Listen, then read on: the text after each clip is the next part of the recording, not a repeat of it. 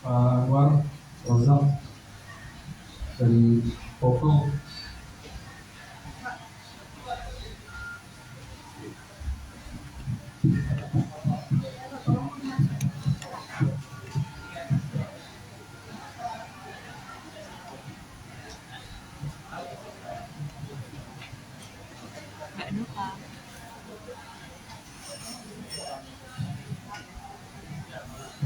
Oke, baik, kawan-kawan semua, saya hari ini terima kasih banyak kepada kawan-kawan dari media bisa hadir di sini untuk bersama-sama kita menyuarakan tentang ketidakadilan dalam pelayanan pendidikan, khususnya ini di tentang penerimaan peserta didik baru. Besok tepatnya hari Senin PPDB akan dimulai dan rasa-rasanya ketidakadilan itu masih ada dalam proses-proses PPDB. Maka itu kami dari Koalisi Kawal Pendidikan Jakarta mengajak rekan-rekan kawan-kawan media untuk sama-sama kita menyuarakan supaya para elit kita yang bisa mendengar cerita rakyat bahwa mereka telah melakukan kezaliman, yaitu banyak sekali anak-anak yang tidak bisa bersekolah karena semrawutnya sistem PPDB khususnya di DKI Jakarta. Untuk lebih lanjut, kita akan mendengarkan press dari Koalisi Kawal Pendidikan Jakarta yang isinya adalah dari jaringan pemantau pendidikan Indonesia, terus ada kawan-kawan dari Suara Orang Tua Peduli, kawan-kawan dari ICW, dari KOPEL, ada IHCS, ada Fitra. Dan itu koalisi kita dalam konteks mengawasi pelayanan pendidikan. Baik, untuk mempersingkat waktu, mungkin pertama saya ingin memberikan waktu untuk menyampaikan ini pandangannya tentang PPDB dan isu-isu pendidikan lainnya kepada Pak Irwan dari Suara Orang Tua Peduli. Kami persilakan.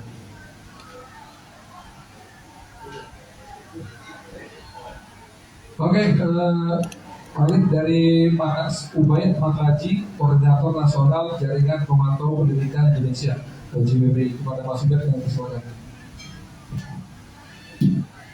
Terima kasih Mas Ari.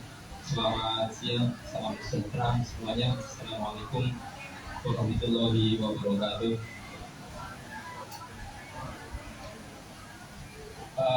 Hajatan tahunan penerimaan peserta didik baru PPDB tahun 2023 ini sudah dimulai secara nasional, dan di Jakarta besok ini sudah dimulai prosesnya. Namun kami dari Koalisi Kawal Pendidikan di DKI Jakarta lebih khusus mencermati dan juga terlibat langsung pendampingan orang-orang tua murid yang melakukan proses PPDB dari tahun ke tahun. Tahun kemarin juga kami melakukan pendampingan dan juga tahun ini. Sebelum press conference ini kami selenggarakan, kami mengadakan diskusi yang panjang karena ada banyaknya laporan dari orang tua dampingan kami di DKI Jakarta tentang tidak adanya perubahan sistem PPDB di DKI Jakarta. Jadi tahun lalu ya sudah sangat diskriminatif dan makan banyak korban. Tahun ini 2023 pastinya akan terulang lagi karena sistemnya sama, tidak ada perubahan, dan tentu daya tampung yang menjadi biang kerok seleksi dalam PPDB itu juga tidak berubah. Karena itu kemungkinan besar korbannya akan sama. Tapi sebelum ke situ, bagaimana korbannya dan seterusnya, press conference ini ingin mendudukkan perkara PPDB ini pada porsinya.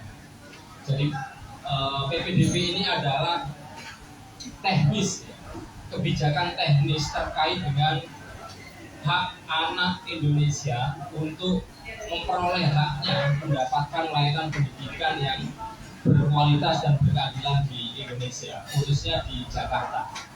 Karena itu aturan teknis ini tentu payungnya adalah Undang-Undang Sisdiknas dan payungnya lebih tinggi adalah Undang-Undang Dasar 45. Dalam konteks Jakarta juga ada Perda DKI nomor 8 tahun 2006 tentang sistem pendidikan. Karena itu dalam rilis yang kami sebar, jadi sudah jelas itu pasal 31 ayat 2 Undang-Undang Dasar 45, setiap warga negara wajib mengikuti pendidikan dan pemerintah wajib membiayainya. Jadi pendidikan itu adalah hak anak seluruh Indonesia, amanat Undang-Undang 45, pemerintah wajib membiayai. Jadi bukan orang tua yang membiayai. Siapa yang membiayai amanat Undang-Undang 45 adalah pemerintah.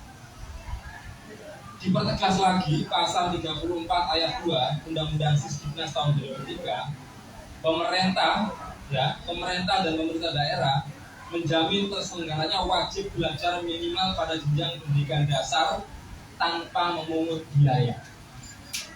Jadi harusnya anak-anak Indonesia itu bisa sekolah tanpa biaya.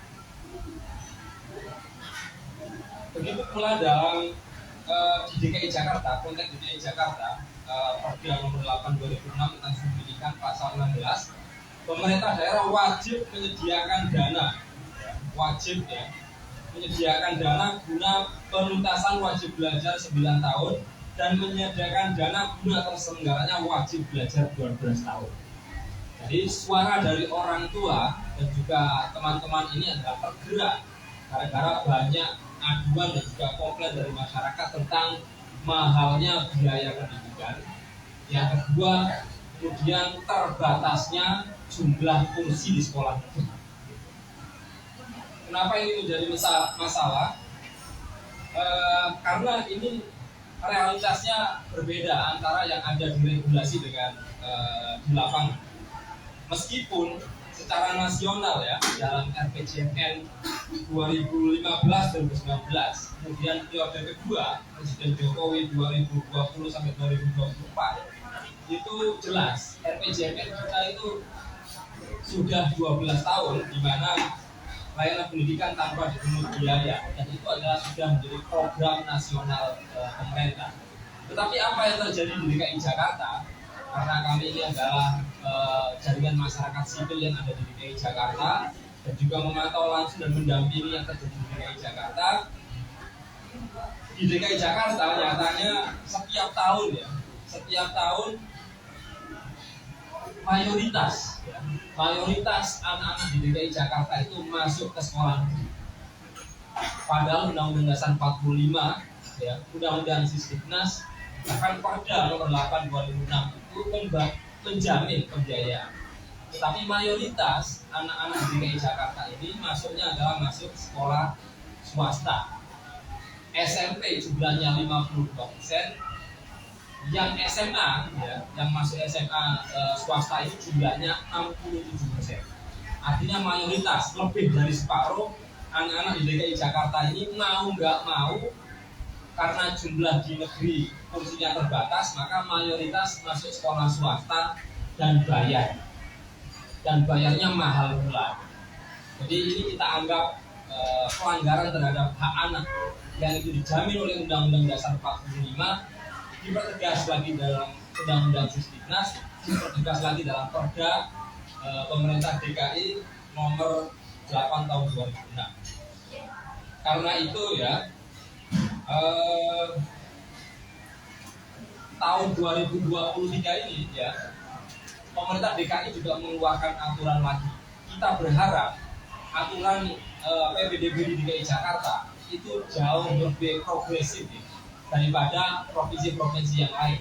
Karena anggaran pendidikan di DKI Jakarta itu jumlahnya nggak ada apa-apanya jika dibanding dengan provinsi-provinsi lain. Jumlahnya sangat fantastis, sangat besar, apalagi hanya untuk membiayai ya, anak-anak sekolah di DKI Jakarta, baik jenjang SD, SMP maupun SMA dan SMK, itu sangat mampu. Tinggal pertanyaannya adalah ada political will atau tidak. Karena dari tahun ke tahun kita menyelenggarakan diskusi dan juga berdialog dengan pemerintah DKI Jakarta, tampaknya kami tidak pernah dengar. Karena itu sistem seleksi PPDB silakan rekan-rekan baca sebagai jurnalis, pusing. Apalagi orang tua murid yang mendampingi orang tua aja punya waktu atau tidak, kita tidak tahu. Yang jelas memusingkan, ada jalur prestasi, ada jalur zonasi, jalur inklusi dan seterusnya. Itu perhitungannya, itu ada hitungannya. Jumlah prestasi ditambah dengan jumlah akreditasi dan seterusnya, yang orang tua pasti pusing, dan itu kami dari masyarakat sipil tidak mau terjebak pada itu. Kenapa kita tidak mau terjebak dalam sistem seleksi PPDB? Ya karena memang kursi yang disediakan itu minim, ya. Lebih dari 50% anak-anak DKI Jakarta nggak bisa masuk seleksi situ. Jadi bisa dipastikan mulai besok ya, orang tua yang sedang berjibaku mendaftarkan anaknya di sekolah negeri itu 50%, lebih dari separuh, 52%, lebih dari separuh itu pasti gagal. Ya, ada dicatat, jadi lebih dari separuh, 52% di tingkat SMP dan 67% di tingkat SMA dan SMK itu pasti gagal. Bukan karena nggak pinter di jalur prestasi, bukan karena jarak rumahnya tidak dekat, tapi memang daya tampung yang disediakan cuma sangat minim. Jadi bisa dipastikan 52 akan terlempar, nggak akan masuk di sekolah negeri di jenjang SMP, sementara di jenjang SMA dan SMK ada 67% itu pasti nggak akan masuk sistem seleksi PPDB yang ada sekarang ini. Jadi walaupun orang tua ribut-ribut, ini selama sistemnya nggak dirubah, ya, selama sistemnya masih gini-gini saja, maka korbannya adalah anak-anak DKI Jakarta yang sebenarnya mereka dijamin oleh Undang-Undang 45, Undang-Undang Khususnya dan juga Perda DKI 8 tahun 2006.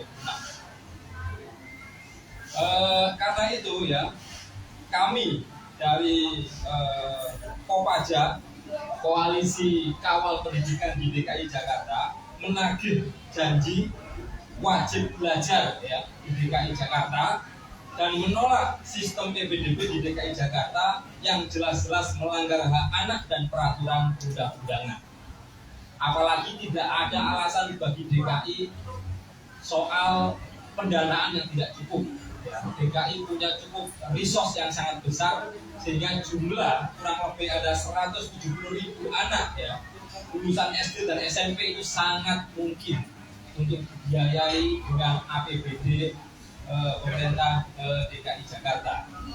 Karena itu kami merekomendasikan ya, dan ini terus terang sudah kami dialogkan juga dengan pemerintah DKI Jakarta tahun-tahun yang lalu, tetapi suara orang tua ini lagi-lagi tidak terdengar. Karena itu di tahun 2023 ini kami kembali menyuarakan, meneriakkan Pemprov DKI harus ya menghapus perlakuan diskriminatif antara anak yang bersekolah di sekolah negeri dan juga anak DKI Jakarta yang sekolah di swasta. Harus dibalikkan ke Undang-Undang 45, harus dibalikkan ke Undang-Undang Sisdiknas. Nggak ada itu, silakan dicek, nggak ada. Yang tanpa dipungut biaya itu hanya di negeri, nggak ada. Semua anak Indonesia bunyinya ya. Karena itu mau sekolah di negeri, mau sekolah di swasta sama harusnya hukumnya. Tapi terjadi di DKI Jakarta adalah yang negeri tanpa dipungut biaya, yang di swasta berbayar. Nah, sementara undang-undang kita nggak ada bedanya, nggak ada kata-kata negeri dan nggak ada kata-kata swasta. Yang penting anak Indonesia, yang penting anak Jakarta dalam Perda DKI nomor 8 tahun 2006 punya hak yang sama untuk akses ke sekolah dan dibiayai oleh pemerintah DKI Jakarta. Jadi pemerintah DKI Jakarta jangan hanya membedakan ya yang negeri dan yang swasta. Yang kedua, Pemprov DKI Jakarta harus menjamin semua anak DKI Jakarta mendapatkan hak bersekolah dengan skema pembiayaan penuh, bukan sekedar bantuan. Jadi perlu diketahui juga bahwa DKI Jakarta ini mengembangkan skema yang namanya PPDB bersama, yang juga melibatkan swasta. Tetapi berdasarkan hitungan kami itu belum semuanya mampu menampung 52 di level SMP dan 67 di level SMA. Itu yang pertama. Kemudian yang kedua, pembiayaannya juga tidak full. Ya. Jadi yang dibiayai misalnya hanya SPP misalnya. Sementara di swasta itu ada biaya-biaya lain di luar SPP yang itu tidak ditanggung. Dan yang ketiga, banyak juga yang lapor ke kami, mereka mendapatkan janji dibiayai ketika masuk swasta, tapi sampai hari H, sampai masuk sekolah, mereka belum juga mendapatkan pembiayaan. Termasuk juga mekanisme pembiayaan yang tidak transparan itu menjadi masalah. Kemudian yang ketiga, kabarnya pemerintah DKI Jakarta saat ini sedang menggodok rancangan perda penyelenggaraan dan pengelolaan sistem pendidikan di DKI Jakarta. Ya, jadi ada revisi atau penyempurnaan perda nomor 8 tahun 2006. Nah, kami ingin publik dilibatkan, orang tua dilibatkan, masyarakat sipil dilibatkan supaya kita ingin hak-hak anak ya, di DKI Jakarta ini dilayani, dipenuhi oleh pemerintah DKI Jakarta sebagaimana dalam peraturan perundang-undangan. Dan yang terakhir yang selalu diteriakkan orang tua adalah soal zonasi di DKI Jakarta. Ya. Jadi ini aneh, serba aneh. Di kota-kota yang lain zonasi lagi-lagi yang diukur adalah jarak, tapi di DKI Jakarta yang diukur adalah usia. Karena itu banyak orang tua sampai hari ini, tahun ini juga sama, sistemnya adalah sistem usia, bukan sistem zonasi. Yang kedua terkait dengan zonasi yang perlu di-highlight adalah soal kualitas sekolah di DKI Jakarta yang belum merata. Karena itu di DKI Jakarta ini meskipun anggarannya besar, masih ada tumbuh ya image di masyarakat mana sekolah favorit dan mana yang tidak favorit. Karena itu sekolah favorit akan tetap menjadi rebutan dibanding dengan sekolah-sekolah yang lain di DKI Jakarta yang tidak favorit. Karena itu kami juga melihat sekolah-sekolah di DKI Jakarta ini kualitasnya belum merata. Nah, kalau kualitas pendidikan sekolah di DKI Jakarta belum merata, otomatis zonasi pun orang tidak akan mau, ya kan? Karena prinsip zonasi adalah sekolahlah anak-anak di DKI Jakarta di sekolah yang dekat sama rumahmu.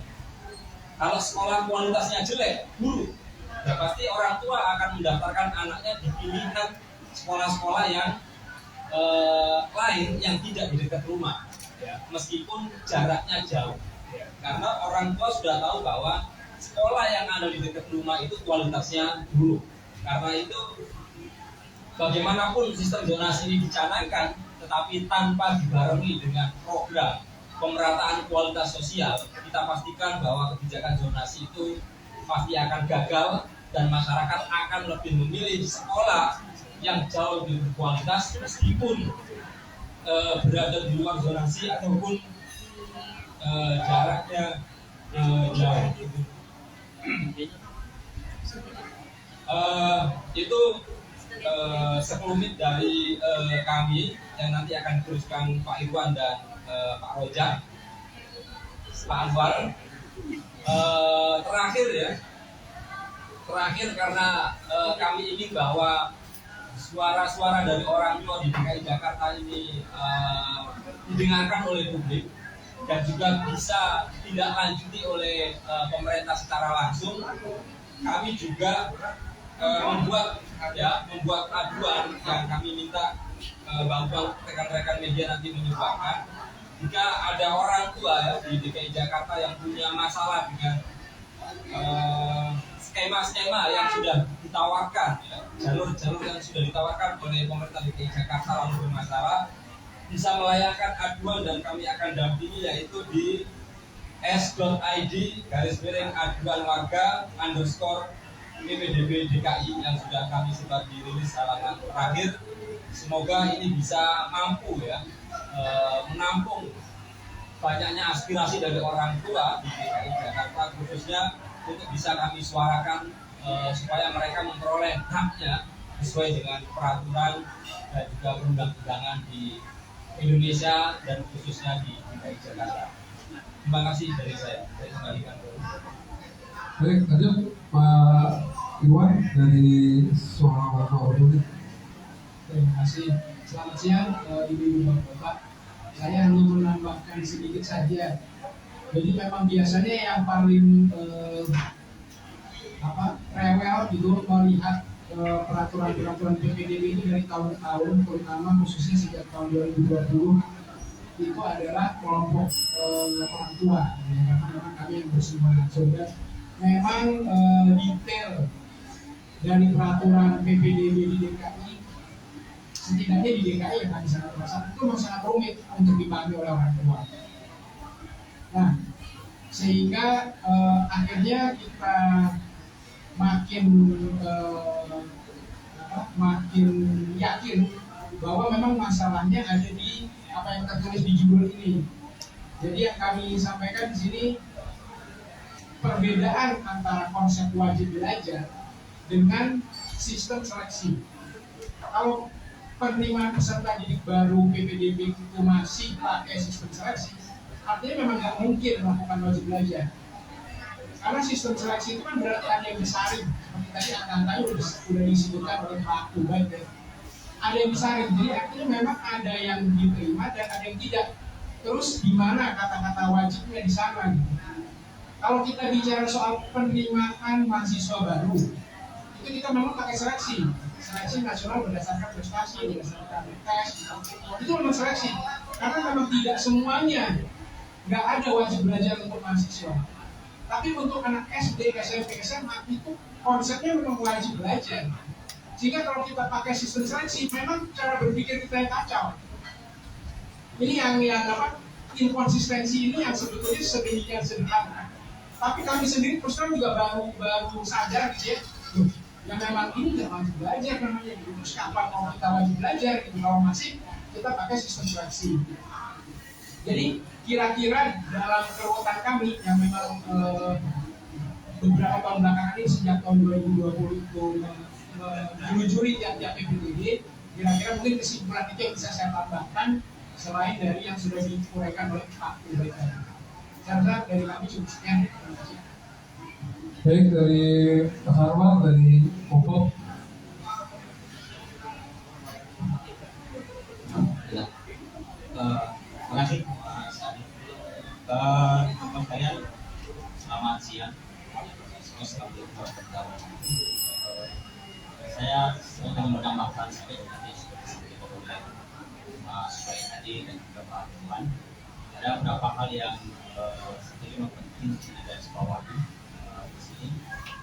Kebetulan saja lembaga kami khusus pada legislatif dan kebijakan masuk kebijakan anggaran. Kami pertama-tama ingin menanggapi bahwa menyambung kait dari Pak Iwan bahwa sebenarnya ada konsep wajib belajar yang di dalam konstitusi kita sudah disebutkan dan kemudian diturunkan dalam peraturan daerah juga di Provinsi DKI Jakarta yang terakhir katanya ini direvisi oleh Dewan. Nah, kemana ini tentu kalau mencermati tadi dari panelnya kawan-kawan dan juga hasil pemantauan kami, ada hal yang sebenarnya kesimpulan kami terakhir bahwa sebenarnya dari Pemprov DKI ini ada pemaknaan yang keliru terhadap makna wajib belajar dan kemudian berimplikasi pada kebijakan pemerintah daerah, terutama pada kebijakan anggaran daerah. Ya. Kalau bicara soal anggaran daerah tentu tidak hanya bicara soal duit, ya. Kita tidak hanya bicara soal APBD, bukan bicara soal duit daerah, tapi juga bicara tentang bagaimana kegiatannya, bagaimana program berjalan dan juga bagaimana jenis alokasi anggaran. Nah, tadi disampaikan juga bahwa memang betul bahwa DKI Jakarta itu memiliki anggaran yang sangat fantastis. Kalau dilihat totalnya itu jauh lebih tinggi dari seluruh provinsi di Indonesia. Itu capainya juga 74 triliun. Terakhir tahun 2023 itu mencapai 74 triliun, yang meningkat dari tahun yang sebelumnya dari 70 triliun, terus tahun 2022 nanti itu harus mencapai 74 triliun. Alokasi pendidikan itu mencapai 17 triliun. Kalau kita presentasikan itu akan mencapai pada angka 24%. Nah, tentu kawan-kawan sekalian, kalau melihat dari mandatori undang-undang, terus proses kita itu terpenuhi gitu ya, terpenuhi 20%. Tapi ini satu ironi sebenarnya, ini sama dari sejumlah daerah di Indonesia juga sama, cuma ini persoalannya DKI adalah masih ibu kota negara, tidak masih ibu kota negara, dan sebelumnya kita semua bercermin pada ibu kota negara.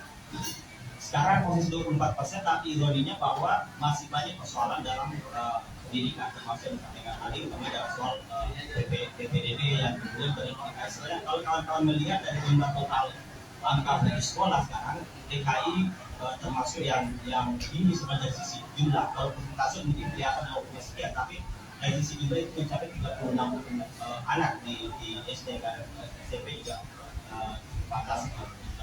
Nah, ini implikasi tadi ini karena ada ketidakadilan mulai dari proses PPDB tadi, ada perlakuan yang tidak adil, ya. Anak yang kemudian tidak bisa diterima oleh proses PPDB zonasi, gitu ya, dan kemudian dibatasi dengan paksa umur, kemudian tidak lagi mendapatkan jaminan wajib belajar tadi. Diminta untuk wajib belajar, tapi kemudian tidak disupport dengan kewajiban negara untuk memberikan pembiayaan kepada mereka. Ini problem. Tentu implikasinya adalah anak yang tidak mampu akan memilih sekolah yang swasta, gitu ya. Sementara di satu sisi swasta berbiaya besar. Nah, anak-anak yang tidak mampu orang tuanya maka kemudian akan memilih untuk tidak sekolah. Sehingga memang angka itu akan wajar akan naik mencapai 36.000 anak yang tidak bisa sekolah. Nah, kami melihat bahwa hal ini sudah terakhir tidak didiskusikan secara baik, ya. Meskipun anggaran sudah diplot 24%, tapi tidak kemudian menyentuh persoalan yang sesungguhnya. Kami yang konsep di DPR melihat bahwa memang anggota DPR juga sudah memiliki kepedulian sama sekali dengan persoalan ini. Ada tadi itu perda yang sudah direvisi, perda 8 sebenarnya lagi proses revisi DPR, tapi sudah hampir 5 tahun, sejak tahun 2019 pemantauan kami tidak bergerak sama sekali. Selalu dimasukkan dalam prolegda, program legislasi daerah, ProPemda yang pada istilahnya, itu hampir tidak pernah bergerak. Hanya diagendakan masuk di situ, tapi kemudian tidak dibahas sama sekali. Ini persoalan, tentu ini memitigasikan bahwa teman-teman DPR, para anggota DPR kita yang terpilih hari ini tidak memiliki sama sekali kepedulian terhadap persoalan pendidikan dan memiliki pemaknaan yang keliru tadi untuk menyelesaikan persoalan wajib belajar. Itu saya pikir dari saya dan sebenarnya dan berharap ke depan ini teman-teman dari Koalisi Masyarakat Sipil tersolid dan mendorong untuk kemudian persoalan wajib belajar ini mulai diselesaikan dari proses PPDB. Besok betul tadi disampaikan kawan-kawan, itu adalah proses awal untuk PPDB, dan kami berharap itu kemudian ada, ya meskipun sampai hari ini kita tidak menemukan ada perubahan yang signifikan dari proses yang lama. Tapi kami berharap mereka bisa mengevaluasi ini dan kemudian dalam semuanya 1 minggu ini bisa kemudian melakukan perubahan dan hak-hak anak yang kemudian tidak mendapatkan jatah zonasi, tidak masuk dalam zonasi tadi, itu kemudian bisa diberikan haknya sebagai warga DKI Jakarta. Setelah itu, sekian, assalamualaikum warahmatullahi wabarakatuh. Baik, terima kasih Pak Anwar. Baik, kawan-kawan dari media mungkin ada yang ingin bertanya langsung. Silakan.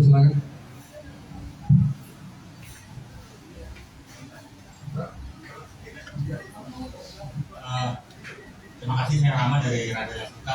Sebenarnya cuma mau mempertegas saja Jadi inti permasalahan yang disampaikan ini pertama soal ini ya, soal masalahnya adalah soal daya tampung sekolah di Jakarta yang kurang hingga akhirnya mereka yang tidak masuk ke negeri harus ke swasta, dan di swasta itu memang pemerintah tidak memberikan bantuan dana yang cukup sehingga dibebani oleh masyarakat. Itu aja sedikit penegasan aja minta penegasan. Mungkin langsung dijawab apa mau ada lagi kawan-kawan?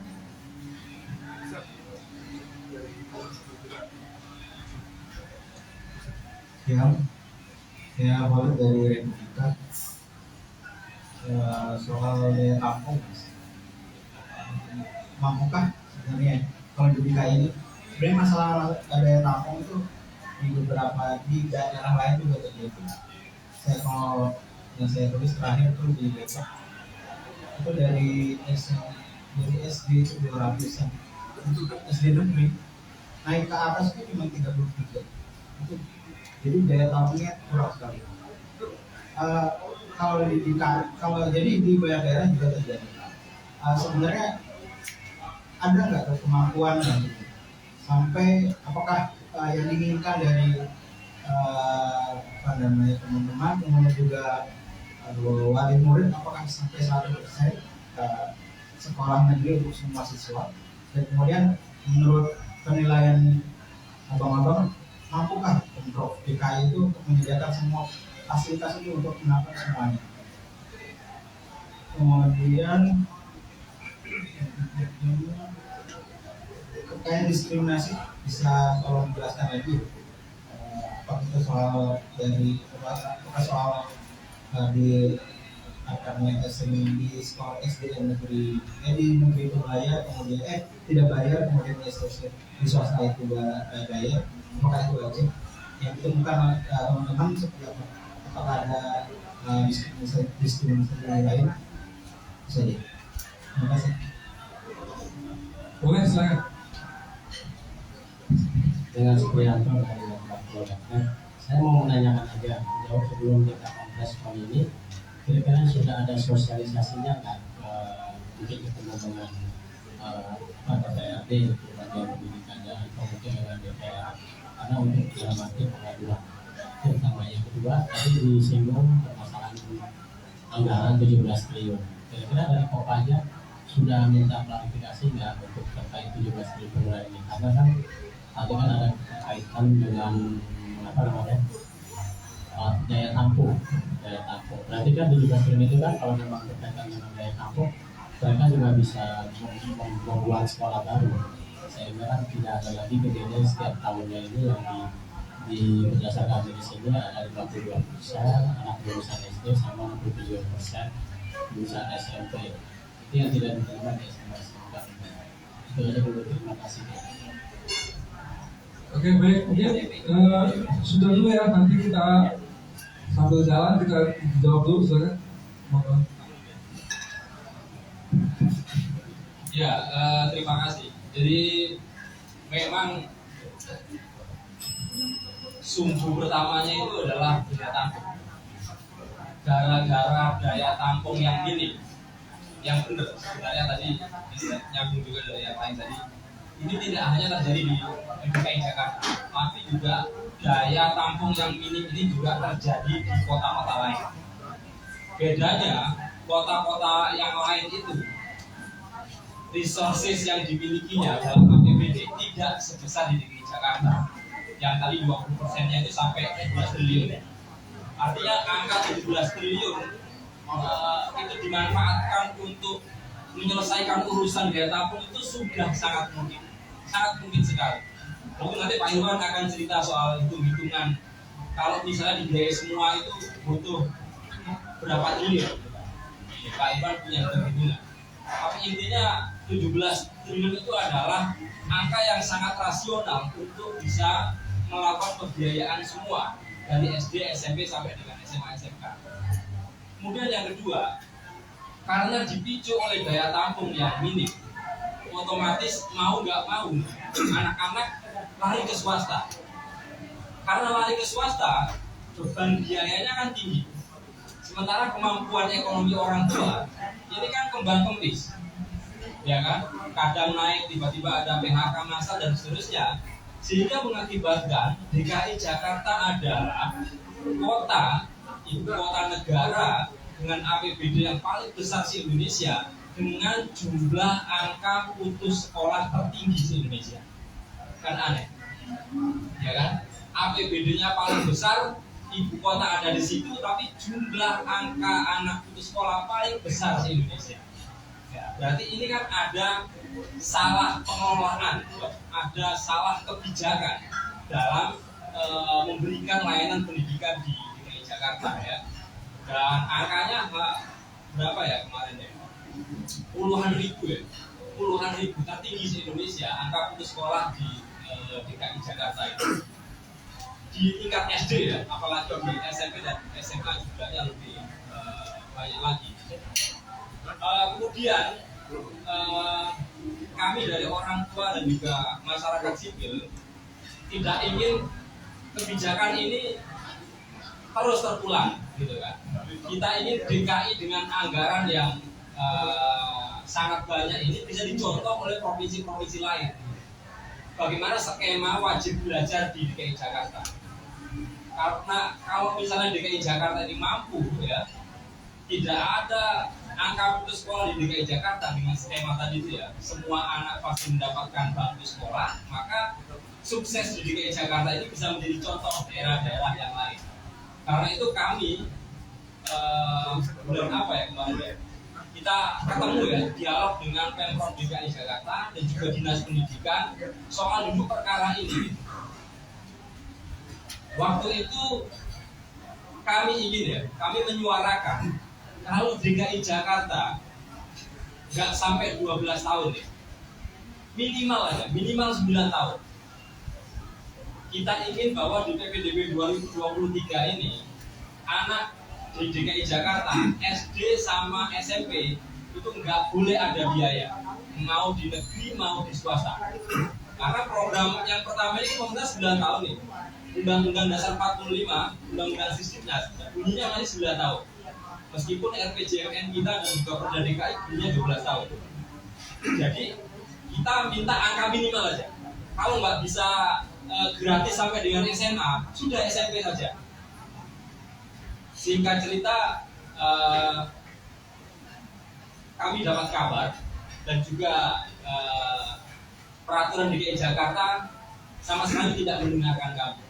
Jadi PPDB bersama itu hanya ada di SMA. Ya, PPDB DKI Jakarta yang melibatkan swasta itu hanya ada di SMA. SMP nggak ada. Jadi anak yang tidak diterima di SMP negeri masuk SMP swasta mana aja itu pasti baik. Jadi PPDB bersama itu kita pengen di DKI Jakarta kalau nggak bisa 12 tahun mulai dulu 9 tahun nggak apa-apa. Yang ada di Undang-Undang Sisdiknas itu kan jelas pasalnya. Nah, ternyata pemerintah nggak bisa memenuhi 9 tahun aja nggak bisa. Ini kan aneh. Terus 17 triliun itu buat apa? Tentu itu menjadi rahasia umum, lari ke belanja pegawai dan seterusnya. Artinya pemerintah DKI Jakarta tidak memikirkan soal angka putus sekolah tertinggi di Indonesia ini gimana solusinya. DKI Jakarta dengan APBD yang paling tinggi di Indonesia, kok angka putus sekolahnya paling tinggi di Indonesia? Kan ini menampar muka pemerintah DKI Jakarta ya. Karena itu menjadi penting ya. Kemudian yang terakhir soal diskriminasi itu tadi ya. Jadi zonasi ini kan tujuannya itu kan supaya tidak ada diskriminasi. Semua anak yang ingin bersekolah dapat jatah sekolah, ya. Supaya nggak ada rebutan sekolah favorit, nggak ada rebutan sekolah tertentu, maka semua sekolah ya itu akan menerima anak-anak yang rumahnya dekat dari sekolah, sehingga tujuan ini nggak tercapai gara-gara bangkunya minim, gitu kan. Kemudian yang kedua, tidak ada pembiayaan dari pemerintah DKI Jakarta untuk membiayai anak-anak yang tidak tertampung di sekolah negeri dan di swasta itu. bahkan 9 tahun aja nggak ada sama sekali, 0%. Kalau yang SMA, SMK ada, meskipun jumlahnya kurang, tetapi SMP yang kita ingin perjuangkan kemarin setidaknya mereka nggak ada sama sekali PPDB bersama. Kemudian diskriminasi juga banyak terjadi melalui jalur-jalur yang dibuka. Ada jalur prestasi, ada jalur inklusi dan seterusnya. Tahun 2023 ini kita dapat kabar ada banyak anak-anak inklusi ya, yang tidak bisa masuk jalur inklusi. Ya. Jadi sekolah menolak, ya. Sekolahnya menolak. Kalau mau memasukkan anak ABK, mohon cari sekolah yang lain, jangan sekolah di sini. Ini sudah diskriminatif. Ya. Kebijakan zonasi itu tidak untuk memilah-milah anak ABK harus sekolah di sekolah yang hanya menampung ABK enggak. Ya. Jalur inklusi itu adalah jalur yang disediakan secara khusus, karpet merah bagi anak-anak yang berkebutuhan khusus di sekolah DKI manapun. Nah, kewajiban pemerintah ya tadi menyediakan segala sarana dan prasarana, ada buku pendamping, fasilitas dan seterusnya. Jadi kalau anak ABK disuruh sekolah di sekolah yang menampung anak ABK yang nggak inklusi namanya, balik lagi konsep lama SLB. Nah, jalur inklusi ada banyak diskriminasi semacam itu. Belum juga jalur prestasi. Jalur prestasi ini banyak sekali orang tua yang melapor ke kami soal hitung-hitungan akreditasi sekolah, prestasi cabang olahraga, prestasi dan seterusnya. Itu hitung-hitungannya yang menurut hitungan orang tua mestinya masuk tapi nggak masuk. Itu yang bikin ruwet. Yang pada intinya kita ingin kalau mau menciptakan keadilan di layanan pendidikan, sistem seleksi itu selamanya akan mendiskriminasi. Ya. Karena baru yang terbatas mau diutak-atik jalur prestasi, utak-atik jalur inklusi tetap ruwet. Karena jumlahnya cuma sedikit. Karena itu kita menolak ya sistem seleksi itu. Seperti semua orang, misalnya waktu pemilu, semua orang Indonesia punya hak pilih. Nggak ada seleksi masuk TPS. Tinggal dicek aja namanya, si A masuk TPS berapa. Tinggal begitu aja. Nggak perlu ada seleksi masuk TPS, mencoboslah Anda di TPS yang paling dekat dengan rumah lalu ada seleksi. Nggak ada. Tinggal input NIK keluar, nyoblosnya di TPS mana. Sama dengan sekolah juga begitu. Tinggal pencet nomor induk NIK ya, NIK itu langsung keluar. Sekolah terdekat itu ada di mana. Jadi nggak perlu ada seleksi. Kenapa? Karena sekolah itu hak. Jadi untuk memperoleh hak itu kewajiban pemerintah untuk memenuhi semuanya. Jadi hak itu tidak diseleksi, tapi ini adalah kewajiban pemerintah sebagaimana Undang-Undang 45, Undang-Undang 16 itu wajib dipenuhi oleh pemerintah. Silakan Pak Irwan. Terima kasih. Saya mungkin menambahi tadi cerita berapa biaya yang dibutuhkan ya untuk supaya seluruh anak di DKI ini bisa dibiayai oleh pemerintah. Itu kami sudah pernah coba. Kalau di paper ini kalau nggak salah sudah ada jumlahnya kurang lebih bisa dihitung tuh setiap tahun ada 170.000 anak yang tidak bisa masuk SMP.